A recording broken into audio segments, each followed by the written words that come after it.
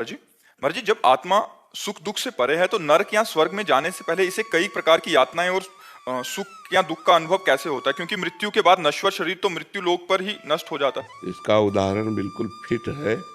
जब आप सैया पे सोए होते हो तो स्थूल शरीर सोया होता है ना, तो स्वप्न में जो सुख दुख होते हैं ना, लेकिन नहीं होते, लेकिन अनुभव में आते हैं ना। स्थूल शरीर तो पड़ा रहता है। सूक्ष्म शरीर से आप जब स्वप्न देखते हैं तो स्वाप्निक जो सुख दुख होते हैं वो अनुभव में आता है ना। ऐसे स्थूल शरीर तो जल जाता है, लेकिन सूक्ष्म शरीर जाता है। तो आत्मा एक प्रकाश है, आत्मा एक पावर है। आत्मा कोई व्यक्ति नहीं है, वो पावर है। वो सूक्ष्म शरीर को पावर देता है, और भोग जब सूक्ष्म शरीर भोगता है तो अनुभव आत्मा को होता है। आत्मा को कोई कष्ट नहीं होता। नैनम छिन्दन्ति शस्त्राणि, नैनम दहति पावका, न चैनम क्लेदयन्त्यापो, न शोषयति मारुता। अग्नि जला नहीं सकती, जल डुबो नहीं सकता, वायु सुखा नहीं सकती।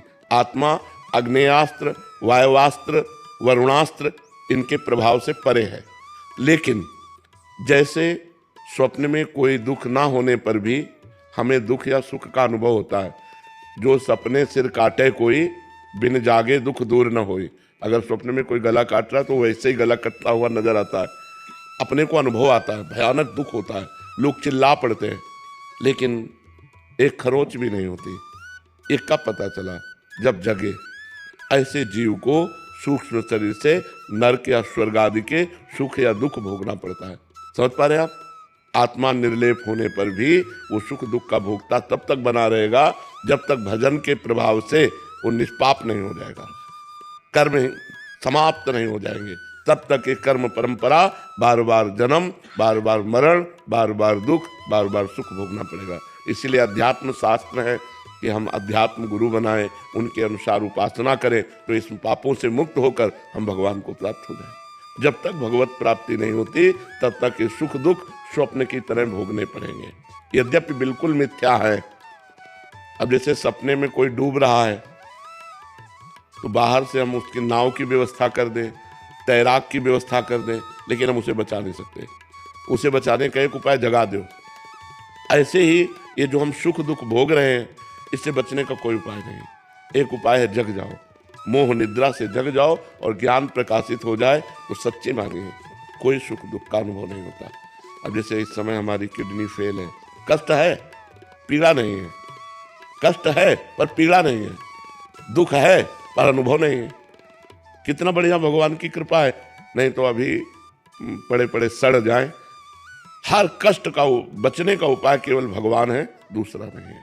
अगर हम भगवान से मन जोड़ें, देखो हमारा हृदय, तुम्हें कैसे बताएं, हृदय एकदम शीतल आनंदित है। अगर शीतल आनंदित ना हो तुम तुमसे बात कर सके क्या? फिर तुम पीड़ा में पड़े रहे, और पीड़ा है तो हम हर दुख से तब बच सकते हैं जब हमें ज्ञान हो। ये केवल प्रवचन से नहीं दूर होने वाला। अगर अंदर स्थिति नहीं है ना तो प्रवचन से दूर होने वाला नहीं। न प्रवचन सुनने से दूर होगा, न प्रवचन करने से दूर होगा, भजन करने से दूर होगा।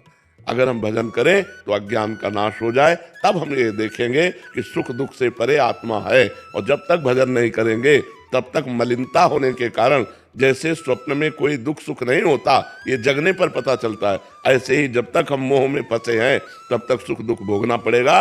जब तक ज्ञान में नहीं जगेंगे तब तक ये सुख दुख दूर नहीं होगा। जेहि जाने जग जाए हेराई, जागे जथा स्वप्न भ्रम जाई। जिस परमात्मा को जान लेने के बाद ये संसार का सुख दुख नष्ट हो जाता है। कैसे? जैसे स्वप्न का सुख दुख जगने पर नष्ट हो जाता है। समझ पा रहे? भजन करोगे तब समझ पाओगे, ये ज्ञान की बात है, ये अध्यात्म मार्ग की बात है। जी भूमिका जी। राधे राधे।